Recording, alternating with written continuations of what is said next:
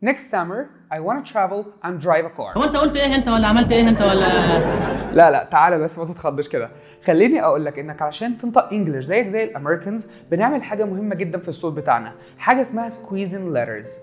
squeezing letters معناها ان انا لو عندي صوتين علشان يتنطقوا صح بالامريكان اكسنت بضيف عليهم صوت ثالث.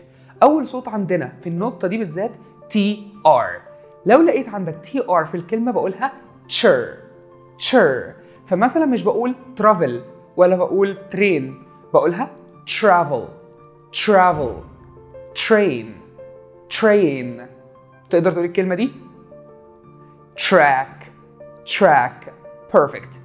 تاني صوت معانا عشان تنطق صح دي ار، ولما بيكون عندي الدي ار في الجملة بنطقها جر. فهنا ما بقولش drive ولا بقول drink تقدر تقول الكلمة دي؟ draft. فاعرف انك علشان تنطق انجلش صح التي ار بتتنطق شر، الدي ار بتتنطق جر. That's it for now, and remember, if you want to speak English like a native speaker, you must practice more than you learn. That was Mr. Muhammad. See you inshallah in the next videos. Bye. Concept. اتعلم إنجليزي صح.